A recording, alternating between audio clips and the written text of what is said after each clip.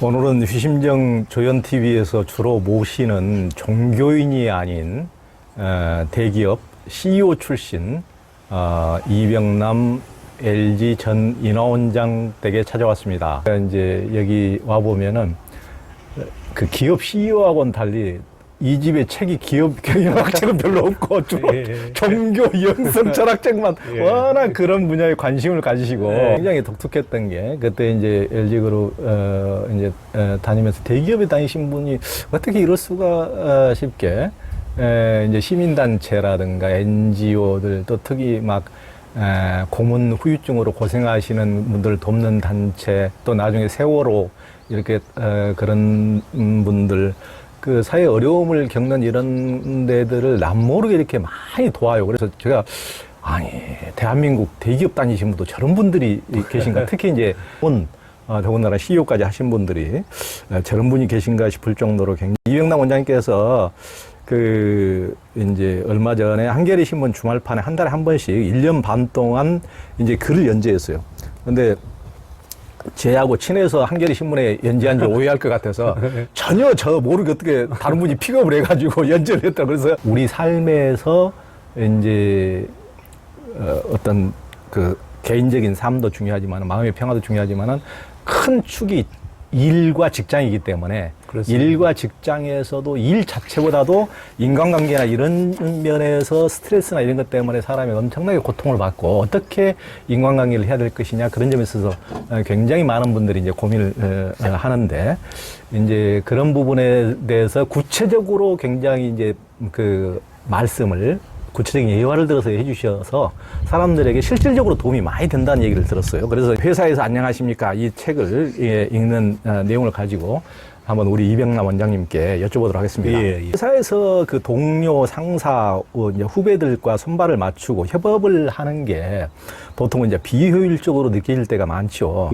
차라리 혼자 일해버리면은 그러니까 남들보다 몇 배의 성과를 낼 수도 있을 텐데 이렇게 팀보다 차라리 그러면 혼자서 일하는 게 더 효율적이지 않습니까? 어떻습니까? 사실 그 조직 우리가 회사를 다닌다는 건 사실 조직에서 이제 일을 하는 건데요. 왜 각자가 다 그야말로 그 개인 사업자가 돼가지고 각자가 다 일을 하는 게 그렇게 되지가 않고 사람들이 모여서 일을 하게 됐을까? 왜 조직으로 일을 인간은 하는가? 이제 이게 사실은 굉장히 좋은 질문일 수가 있죠. 거기에 대해서는 여러 가지 이론도 있고 그렇습니다만은 어쨌든 현실은 조직에서는 혼자 일해서는 혼자 잘해서는 결코 좋은 결과를 얻을 수 없다는 게 제가 실제로 체험해보고 내린 결론이었습니다.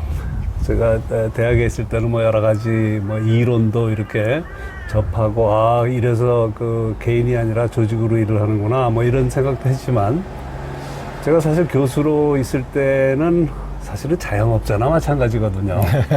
나 혼자 잘하고 나 혼자 열심히 하고 아이디어 내가지고 논문 내고 이제 그런 삶이 기본인데 제가 막상 대학을 떠나서 이제 회사에 와서 일을 하다 보니까 저도 처음에는 그렇게 일을 시작을 했습니다. 혼자서 열심히 그리고 정말 이 최선을 다해서 일을 했는데 한 1년 이렇게 지나면서 이제 저한테 돌아오는 피드백이 저 사람은 똑똑하긴 한데 혼자 일한다. 예를 들면 제가 처음에 출장을 갈 때 이제 부하 직원을 데리고 해외 출장을 갔는데 이게 보통 일이 많은 게 아니에요. 우선 내가 통역을 다 해줘. 통역까지 해줘야 되고. 프로토콜 같은 것도 서양적인 그런 거는 어떻게 해야 되는지 그런 것도 가르쳐줘야 되고 그러니까 이게 방해가 되는 거예요. 도움이 되는 게 아니라. 거기다가 또 같이 가면 여행 경비도 더 들지 않습니까? 출장비도. 그러니까 이거 출장비도 아낄 겸 일을 더 효율적으로 하기 위해서 내가 혼자 나가서 일을 다 처리하고 오는 게 훨씬 이게 효율적이겠다. 그런 생각을 했었던 것 같아요. 근데 막상 돌아오는 피드백은 저 사람은 혼자 일한다. 이런 그 피드백이 와서 제가 처음에는 좀 의아하게 생각을 했었는데, 네. 아무튼 그걸로 시작을 해서, 그 다음에는 이제 제가 임원으로 회사 생활을 시작을 했으니까, 네. 밑에 이제 부하 직원들이 많지 않았겠습니까? 네. 이 사람들하고 그 일을 하는데, 제가 내가 선의를 가지고 좋은 아이디어로 방향성을 제시하면 이 사람들은 무조건 그거를 성실하게 실행을 해야만 한다라는, 그게 제가 가지고 있었던 것 같아요. 그때 실제 현실에서는 그렇게 잘 안 되는 경우들이 많단 말이에요. 그럼 왜 당연히 이렇게 하면은 해야 되는 거 아니야? 라고 이제 나는 생각을 하는데, 나중에 이제 깨달은 거지만 부하들 입장에서는 저 사람이 무슨 생각을 하고 있는지 내가 잘 모르겠다.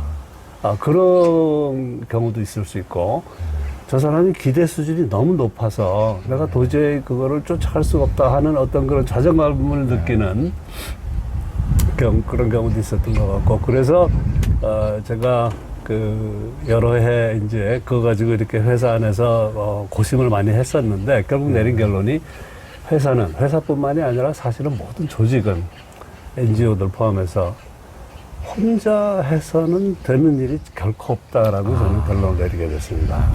그러니까 어떤 식으로든지 같이 해야 하는데, 그 같이 하는 방법을 이제 찾아야 되는 거죠. 네. 거기에 대해서 이제 여러 가지 실수도 많이 하고, 또 새로운 시도도 해보고, 그러면서 같이 일하는 법에 대해서 이제 생각을 많이 하게 된 거죠. 그러니까 이 말씀 들으니까 저도 이제 굉장히 공감이 많이 되죠. 우리도 이제 그 기자라는 게 조직원이기는 하지만 혼자 글 쓰고 혼자 많이 하거든요. 아까 교수처럼. 이제 우리 이병남 원장님도 이제 교수 생활 하시다가 이게 대기업이 왔으니까 조직 문화가 완전히 이제 이것도 보면 완전히 다르고, 교수는 이제 자기 연구 실적, 자기 연구만 열심히 하면 어떻게 보면 이제 성과를 내면 되는 건데, 여기에서는 조직에서는 지 혼자 잘한다고 될 일이 아니고, 맞습니다. 어떤 이제 왜 당신은 당신이 잘났으면 자기 혼자만 하면은 당신 나가서 그러면 혼자 뭘 그렇죠. 사업을 하지 왜 조직에 돌아서 이제 이런 식이 돼버리니까. 그래서 굉장히 이제 처음에 전혀 다른 시스템으로 왔기 때문에 상당히 적응하는데 이제 힘이 들었을 것 같은데요. 그렇습니다. 지금 이제 예전하고 달리 현대인들은 요즘 젊은이들 특히 뭐 형제간들도 별로 없고, 그러다 보니까 예전에는 우리 어렸을 때는 뭐 형제간들하고 싸우고 부대끼면서 이제 서로 이제 같이 공존하는 법, 살아가는 법을 어렸을 때부터 좀 익히는데, 그리고 이제 요즘에는 다 어렸을 때부터 각방 쓰고, 이제 서로 막 이제 부대끼면서 살지는 않다 보니까, 이제 회사 들어가면은 서로 이제 개인적인 것에 콩나라 판나라 이제 타치를 하고 일을 잘하네 못하네 보고서를 이렇게 쓰네 저렇게 쓰네 이제 그런 게 하면은, 요즘 사회에서는 이제 가정에서도 부모가 쉽게 얘들을 막 그렇게 타치하면은 노타치 이렇게 이제 하는 문화 익숙하다가 이제 직장에 들어가면 굉장히 본인들도 스트레스를 받고 윗사람들도 요즘 애들 데리고 일하기가 너무 힘들고, 그러니까 이제 그런 함께 일하는 것에 예전보다 더 이제 힘겨워하고 버거워하다 보니까 이걸 이제 방금 이제 지금 말씀하신 우리 이병남 원장님이 일터에서 고민하는 당신에게 보내는 20편의 편지인데, 이게 이제 이 책 이름이 굉장히 이게 저도 이제 읽으면서 공감이 되고, 요즘 젊은이들은 정말 이걸 좀 한번 보고, 이게 조금 함께 산다는 것, 또 조직이라는 거, 회사라는 것이 뭔지, 그것도 보통 모르고 이제 실은 먹고 살기 위해서 다 이제 그냥 입사하는 거죠. 그렇죠. 하다 보면 또 조직은 조직의 생리가 있는데 그걸 모르다 보니까 너무 심하게 스트레스 받고, 그러니까 요즘에 이직률이 너무 높거든요. 그렇게 힘들게 들어가서도 또 일찍 그만두는 일이 전례 없이 이렇게 많다 보니까 이런 것을 미리 조금 생리를 알고 미리 이렇게 다른 사람들은 이제 어떤 고뇌를 했었는가. 그리고 이 정도 이제 CEO까지 거치신 분들도 이 책에 보면은 엄청나게 본인의 고뇌가 많이 들어가 있거든요. 예전엔 나도 그런 시행착오를 많이 거쳤다는 것을 리얼하게 이렇게 고백해 놨기 때문에 굉장히 도움이 됩니다. 또 이제 회사 상사들은 능력이 출중한 부하 직원을 원할까? 인품이 좋고 잘 따르는 부하 직원을 원할까요? 어떻습니까? 그런 이제 이 원장님께게 한 회사의 팀장이 팀원을 선택할 때 능력이 출중한 사람과 인품이 훌륭한 사람 중 누구를 선택해야 되느냐는 질문을 했는데요. 이 원장님은 이때 어떻게 조언을 해주셨습니까? 능력이 출중하다, 인품이 훌륭하다. 이제 그런 딜레마에 이제 우리가 닥치는 경우가 참 많은데요. 이거는 사실은 경우에 따라 다른 것 같아요. 예를 들어서 어떤 조직이 굉장히 위기 상황에 있고 뭔가 빠른 시간 안에 타겟책을 찾아야 하는 그런 상황이라면 아마도 인품보다는 능력을 먼저 봐야 될 겁니다. 그걸 해낼 수 있는. 그런데 그 사람이 그거를 서로 잘 해냈다 하더라도 그 사람이 지속적으로 어떤 리더 포지션에서 그 조직에서 계속 CEO까지 할 수 있을까? 이거는 또 다른 문제라고 봅니다. 왜냐하면 능력이라는 거는 사실은 능력보다 사실은 성과가 중요한 거죠. 그렇죠? 네, 그래서 성과를 내기 위해서는 되게 능력도 굉장히 중요하지만 그 사람의 모티베이션이 또 굉장히 중요하죠. 의욕, 스스로의 동기부여 그런 것들이 중요한데 그 두 가지 못지않게 중요한 게 사실은 기회입니다. 그러니까 기회가 주어지지 않으면 사람은 성과를 낼 수가 없어요. 그래서 사실은 기업이 회사가 성장해야 되는 이유 중에 하나가 기회를 만들어주기 위해서 성장을 해야 됩니다. 조직 구성원들이 더 클 수 있는 기회를 만들어주기 위해서는 회사가 성장을 해야 되거든요. 그것이 양적 성장이든 질적 성장이든 회사가 성장해야 그 안에서 개인이 또 성장할 수 있는 기회가 만들어지기 때문에 사실은 회사가 성장해야 되는 건 굉장히 사실은 중요한 겁니다. 근데 여러 사람들과 더불어 같이 일하는 포지션에 있고 더더군다나 직위가 올라가고 직책이 이렇게 더 이 책임 범위가 너무 넓어지면 많은 사람들과 더불어 같이 일을 해야 되는 거거든요. 그렇죠. 그런 경우에는 그 사람이 가진 능력이나 모티베이션도 대단히 중요하지만 그 사람의 이제 품성이 이제 중요한 역할을 하기 시작합니다. 왜냐하면 리더십이라는 거는 리더십에 대해서 굉장히 여러 가지로 얘기를 할 수 있지만 그 중에 하나가 사실은 제가 리더에 대해서 얘기를 한다면 두 가지 얘기를 하고 싶은데요. 하나는 리더는 다른 사람을 리더로 만들어주는 사람이 리더입니다. 자기 혼자 나를 따르라 앞서서 진두지휘 그것이 리더의 진정한 모습은 아니고요. 그런 스타일일 수 있죠. 그런 스타일일 수 있지만 진정한 리더는 더불어 같이 일하는 사람들, 특히 후배들, 부하들을 리더로 만들어주는 사람이 진정한 리더라고 저는 생각을 합니다. 그래서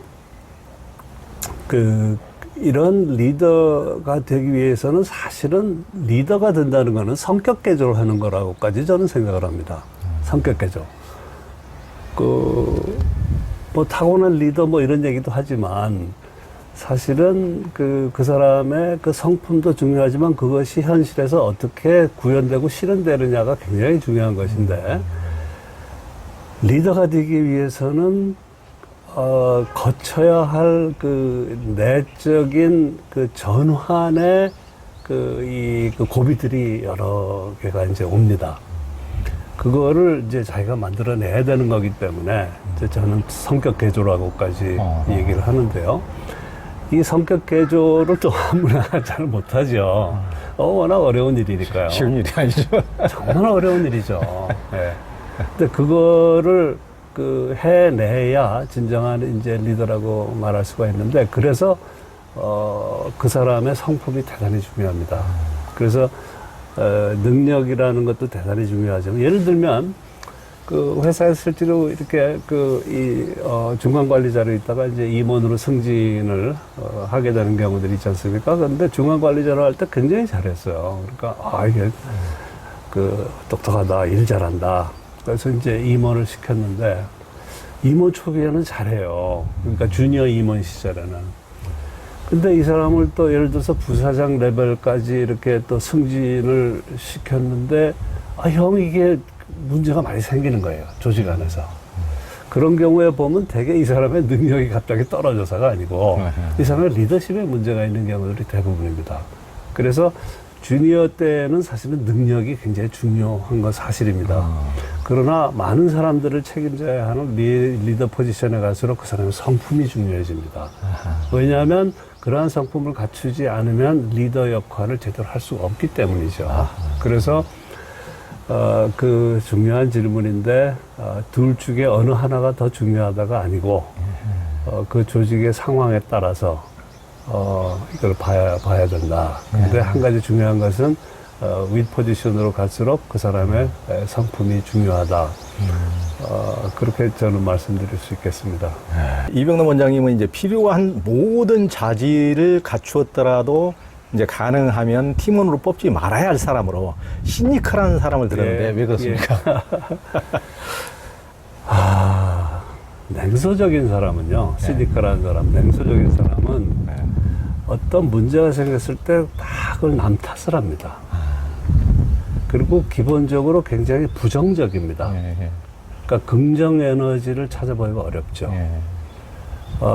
모든 상황을 부정적으로 보고 항상 그 남 탓, 조직 탓, 이제 그런 성향이 강하기 때문에 조직의 그 건강한 그 역동적인 힘, 바이탈리티라 그럴까요?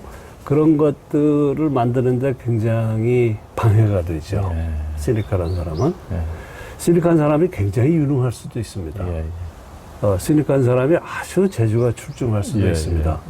그래서 어떤 개인적인 공헌자, 자기 혼자 이렇게 잘해가지고 기여하는 이제 그런 개인적인 공헌자로서는 일정 부분 역할을 할 수 있겠지만, 이 조직 안에서 다른 사람들에게 미치는 영향이라든가 조직 문화라는 관점에서 볼 때는 대단히 경계할 필요가 있죠. 근데 그런 사람들을 뽑을 때 시니컬한 사람들을 이렇게 알아보기가 쉽지 않지 않습니까? 쉽지 않죠. 그래서 사실은 굉장히 그러니까 좀 깊이 알 수 있도록 인터뷰를 잘 해야죠. 인터뷰를 잘 해야 되고, 그 다음에 가능하면 꼭 평판 조회를 해보는 게 좋습니다. 물론 주니어 포지션까지 그렇게 평판 조회를 하는 것이 쉽지는 않지만, 더구나 대졸 신입사원으로 들어오는 경우에는 평판 조회하기 좀 그렇죠. 뭐 교수님들이 그렇게 깊이 잘 알지도 못하고, 그렇죠. 또 학생 교수의 관계 속에서 본 거와 그 상사와 부하의 관계에서 보는 건 또 다르기 때문에 그렇긴 하지만, 예를 들어서 경력사원을 채용을 한다든가, 특히 임원을 외부에서 영입한다고 할 때는 굉장히 그 철저한 평판 조회가 참 중요하죠. 그게 참고 자료가 될 수 있으니까. 그다음에 인터뷰를 하면서 그 사람을 잘 파악할 수 있도록 인터뷰를 잘 해야 됩니다. 근데 대부분의 경우에 이 회사에서 그런 교육을 받을 기회가 별로 없기 때문에 인터뷰를 잘하는 방식, 또 그 사람의 내면을 조금이라도 더 잘 이해할 수 있는 그런 질문 방식, 이런 것들을 그렇게 많이 배울 기회가 많지 않은 상태에서 그냥 피상적인 질문을 하고 답변을 듣고 하는 경우는 그런 걸 파악하기가 좀 어렵죠. 그러나 다양한 질문을 던지고 어떤 상황에서 당신 같으면 어떻게 하겠느냐라든가 그런 류의 그 질문들을 통해서 어느 정도 파악할 수 있죠. 그리고 전혀 파악이 안 되는데 조직 안에 들어와서 그런 그 행동을 지속적으로 보인다면 사실은 피드백을 해줘야 됩니다. 그래서 많은 조직들이 평가하는데도 서툴고 평가 후에 피드백 하는데 아주 약합니다. 맞아요. 우리나라 조직들이 대부분 그렇습니다. 근데 이런 작업들을 훨씬 먼저 시작한 구미 계열의 다국적 기업들에서는 굉장히 그런 걸 잘합니다. 파악을 해야 되는데 일단 조직에 들어왔다.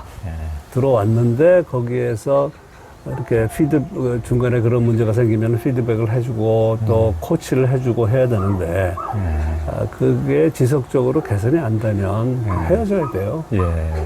헤어져야 됩니다. 예.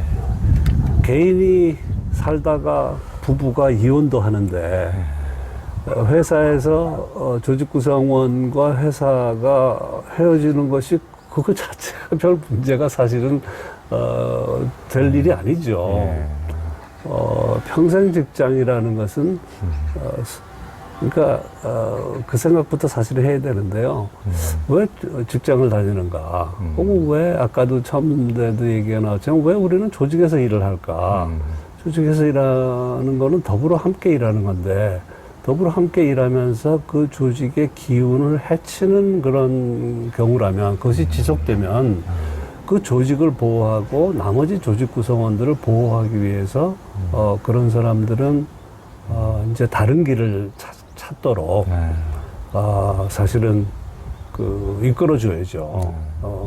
또 자기 나름의 자기 일을 하도록 한다든가 또 아무튼 뭐 그래서 그 문제를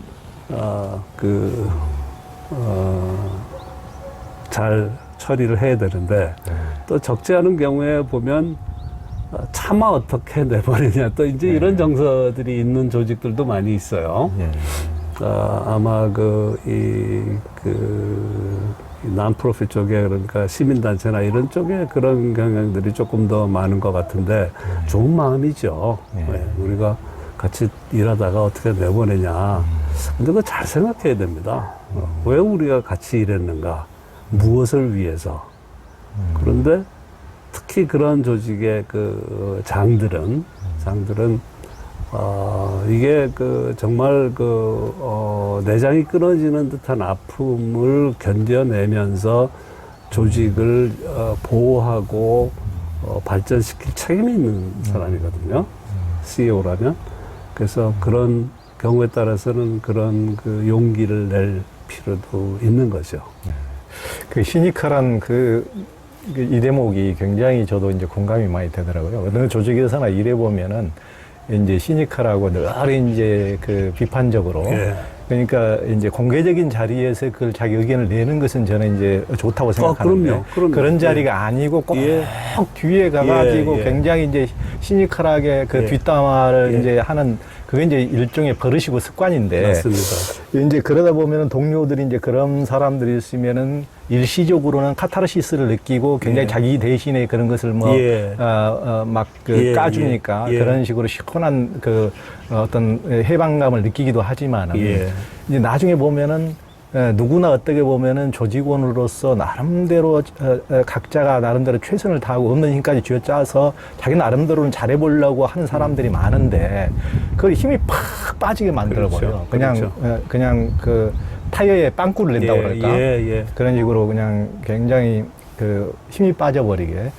그래서 이제 그런 사람들의 경우에는 저도 뭐 여러 가지 경우를 겪어봤습니다만은 이게 사람들이 조직 구성원들이 적지 않은 숫자의 사람들이 일종의 내면적 불안감을 다 가지고 있어요. 그렇지 않습니까?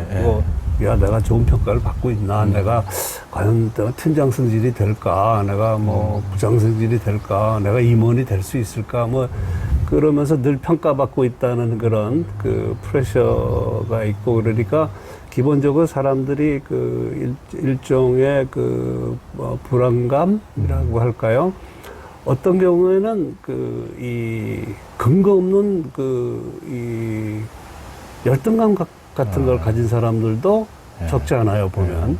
근데 아까 말씀드린 그런 시니컬한 이런 사람들은 그런 사람들의 심리를 아주 잘 활용을 해요. 그래서 마치 우리 모두가 피해자인 것처럼 그런 분위기를 만들어내는 거예요.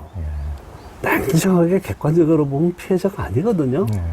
근데 사람들이 조직 구성원들이 갖고 있는 어떤 기본적인 불안감이라든가 그런 것들 때문에 근거 없는 피해 의식이 생길 수가 있는데 이제 조직으로서는 그런 것들을 이렇게 그렇지 않다. 그렇게 그 피해의식을 가질 그게 아니다라는 걸 이렇게 잘 그걸 해야 돼.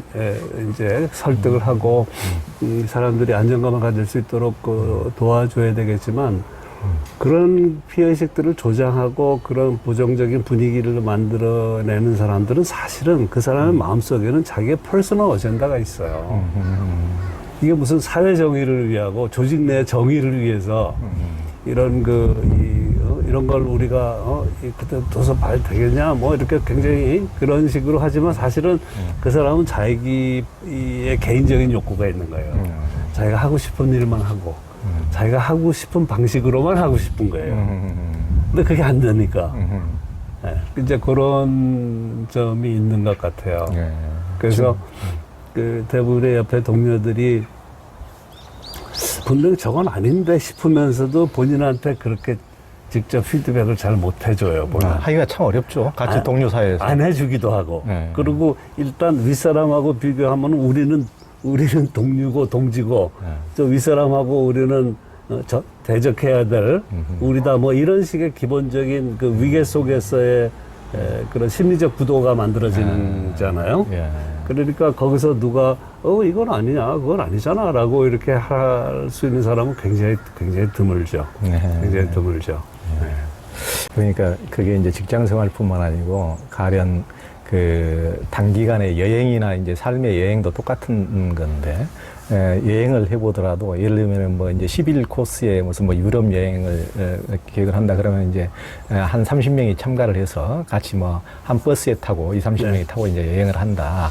이제 그렇게 됐을 때 이제 거기서 계속 투더리 스머프처럼 이렇게 이제 하는 분들이 꼭 이제 그런 분들이 있거든요. 그렇죠. 그러면은 이제 이제 물론 여행할 때 여행사라든가 뭐 어떤 문제가 발생했을 때 그 정당하게 권리를 제기하고 그런 수준은 아주 좋고 훌륭하지만은 이제 일상적으로 그냥 계속 끊임없이 투더리 스머프처럼 이렇게 하면은 이제 같이 간 사람의 입장에서는 아니 이왕 지금 비싼 돈을 냈고 나는 여기 와서 기분 좋게 좋은 추억을 남기고 싶은데 여기서 계속 막 와글와글 그 소음만 듣고 간 듯한 소음 속에 빠져 시궁창 속에서 지낸 듯한 그런 느낌을 들거든요. 그러니까 다른 사람들에게도 굉장히 피해를 주는. 그렇습니다. 그래서 그것은 이제 성격적으로 자기 자신을 굉장히 돌아보고 자기 자신의 문제뿐만 아니고 다른 사람들에게 굉장히 피해를 주고 조직에도 큰 이제 해악을 끼치는 그런 거라는 거. 그런데 이제 그것을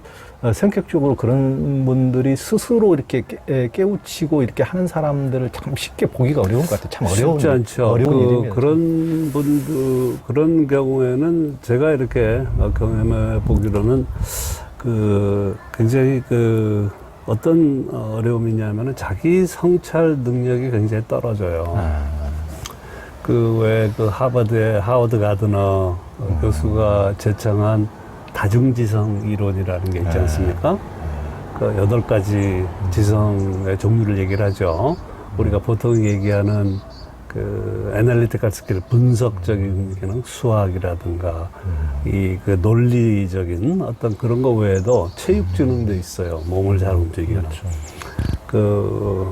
이 자연과 교감할 수 있는 그런 지능도 얘기를 해요. 그 중에서 제가 제일 관심 갖는 부분은 자기 성찰 지능이에요. 그러니까, 나한테 문제가 있구나. 나한테 문제가 있을 수 있겠다라고 생각할 수 있는 능력이 그게 자기 성찰 지능의 이제 한 면이거든요. 예를 들면. 근데, 그렇게 하지 못하면, 소위 심리학에서 얘기하는 이제 투사, 프로젝션, 자기 내면의 문제를 상대방에게 다 던져버린단 말이에요. 그게 동료일 수도 있고, 또 그 회사의 상사일 수도 있고, 회사 전체일 수도 있고, 그래서 참 어렵죠, 그런 경우에는. 그래서 조직 생활을 하기가 굉장히 힘든 그런 경우들이라고 볼 수가 있죠. 그러니까 굉장히 자기 성찰이 필요하고, 그러다가 정말, 그런 너무 시니컬하게만 이렇게 하면 삶에서 정말 독한 사람을 만나면 해고도 당하고 큰일을 당할 수가 있으니까. 맞습니다. 그러니까 정말 이제 성찰이 필요한 것 같습니다. 꼭 해고를 당해서가 아니고 그런 우려뿐만 아니고 주변 사람들을 굉장히 이제 그 심리적으로 피폐하게 만들 가능성이 있으니까. 예. 그래서 네. 아까 제가 진정한 리더는 다른 사람들을 특히 그 후배 부하들을 리더로 만들어주는 사람이다라고 말씀을 드렸지만은 결국 그게 가능하기 위해서는 그 리더가 예를 들어서 시닉한 사람이면은 그런 거 할 수가 없어요. 절대 못 합니다. 다른 사람을 리더로 만들어주는 생각을 할 능력이 없어요. 그런 사람들은. 예. 많은 이제 부모들이 자식을 리더로 키우고 싶어 하지만은 자기 성에 차지하지 않는 자식을 이제 윽박질러서 이제 어려서부터 자신감을 오히려 상실하게 만들기도 하는데요. 예. 이제 직장에서도 팀원들을 잘 조련하고 훈련시켜서 실력을 업그레이드 하도록 도와주는 상사가 있는가 하면 아예 자신감을 꺾어버리는, 이제 그런, 예. 사람도 있는데, 이제 이 원장님께서는 팀원을 리더로 만드는 사람이 진정한 리더라고 했는데요. 예. 그러면 팀원의 능력을 끌어올리려면 예. 어떤 대화법을 써야 될까요? 저는 그 리더로서 최악의 케이스가 조직 구성원들로 하여금 모멸감을 느끼게 하는 사람이라고 저는 생각합니다. 그 최악의 케이스입니다. 그러니까 사람이 그 인간적으로 모멸감을 느끼면요, 그 자기가 속한 조직에 절대 애정을 가질 수도 없고요. 굉장히 비관적으로 될 수밖에 없죠. 뭐, 물론, 그, 회사 간두고 딴 데 뭐 가는 방법도 있죠. 그런 선택을 할 수 있고, 그런 그 기회가 있는 사람이라면 뭐 그럴 수도 있겠지만, 거기서 그냥 견뎌야 하는 사람들도 아마 대부분의 사람들은 견뎌야 되는 상황에서 살 거예요. 그러니까, 이 구성원들로 하여금 인간적인 모멸감을 느끼도록 하는 사람이 가장 리더 포지션에 있는 고위직에 있는 사람으로서는 가장 참 딱한 케이스다. 저는 이렇게 생각을 하는데요. 어떨 때 모멸감을 느낄까, 우리는. 인간적으로 상사에게 상사가 나한테 어떻게 했을 때 모멸감을 느낄까. 그걸 이렇게 이렇게 경우들을 보면, 물론 자존심이 상하는 경우들이 있을 수 있죠. 근데 어떤 경우에 자존심이 상하고 어떤 때 자존심이 상하지 않을까. 이렇게 보면요. 제가 경험한 바에 의하면, 평소에 기본적으로 자기 상사가 자기에 대해서 진정한 애정을 가지고 있다. 진정한 애정이라는 거는 이 사람은 나를 어떻게든지 키워주려고 노력하는 사람이다. 그리고 이 사람은 내가 잘 되기를 바라는 사람이다. 그래서 이 사람은 간혹 가다가 나한테 엄청나게 높은 수준의 업무 성과를 요구하기도 한다. 근데 이거는 나를 그렇게 부려먹어가지고 자기가 출세하려고 그러는 게 아니고 내가 어떻게 해서든지 더 성장하기를 이 사람이 바라는 것이다. 물론 그 결과로 내 상사도 뭐 잘 될 수 있을 거고, 그렇지만 그것만을 위해서 나를 도구로 쓰고 부려먹으려 하는 사람은 아니다. 라는 신뢰가 평소에 있으면, 이거 제가 실제로 해본 건데요. 욕을 해도 상처를 안 받아요. 맞아요. 욕을 해도 너 시키야, 너 진짜 이거밖에 못해? 그리고 해도 그냥 뭐 시무룩한 듯하고, 그런데 어떤 때 심지어는 씩 웃기까지 해요.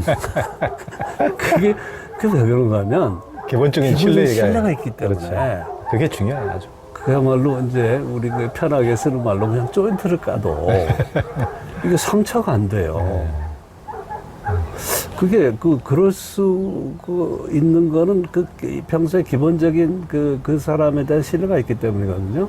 근데 일단 그런 신뢰가 딱 쌓이면 어떤 식으로 해도 괜찮아요. 어떤 때는 부드럽게 하고, 어떤 때는 도닥게 해주고, 어떤 때는 품어주고, 어떤 때는 호되게 하고, 강하게 조령하고, 그 모든 방식을 다 쓸 수 있어요. 근데 그게 없으면, 이거 잘못하면 이 모멸감을 느낄 수가 있거든. 그럼 내가 굉장히 조심해야 돼. 그렇게 되면은 이 사람하고 일하는 방식이 다양해질 수가 없어요. 굉장히 어떻게 보면은 뭐 젠틀 위주로 해야 되고, 나이스 해야 되고, 그 뒷담하지 않도록 그런 거 걱정하면서 이렇게 대화해야 되고, 그러니까 선택의 폭이 굉장히 좁아져요. 그래서 저는 기본적으로 이제 신뢰 관계를 만드는 것이 우선적이다라고 생각을 하는 게, 그게 뭐 윤리적으로 옳고 도덕적으로 옳고 뭐 그런 게 아니고요. 아주 실용적으로 다양한 방식의 이 소통 방식을 활용을 할 수가 있기 때문에, 급할 때는 그냥 빨리 해갖고 그냥 한마디 뻥 질러면 예 그래서는 무슨 말 하는지 금방 알아채고 한단 말이에요. 어떤 때는 또 깊은 대화를 하고 이렇게 시간을 가지고 또 그런 것도 할 수 있고, 그래서 이게 굉장히 실용적인 방법이다. 기본적인 신뢰 관계를 구축하는 것이 굉장히 실용적인 방법이다. 저는 그렇게 생각을 하고요. 그런데 그런 신뢰를 구축하려면은요, 정말 자기가 마음속에 자기가 자기 심장을 느끼면서 정말 그 사람을 내가 위한다는 그런 마음을 정말로 품어야 돼요. 여기 머리로 생각만 해가지고는 안 돼요. 정말 그런 마음을 품고 그 품은 그 마음의 씨앗을 자기가 키워야 돼요. 그렇기 때문에요, 이게 저절로 전달이 돼요. 그 희한해요. 전달이 돼요. 그럼 그 다음에는 일하기가 정말 쉬워져요. 그러니까요. 너무 중요한 말씀이에요. 실은 진짜 굉장히 이제 저도 예전에 이제 기자라는 것도 처음에 이제 수습 기자 이렇게 훈련 시킬 때는 굉장히 해병대 못지않게 이제 그렇죠.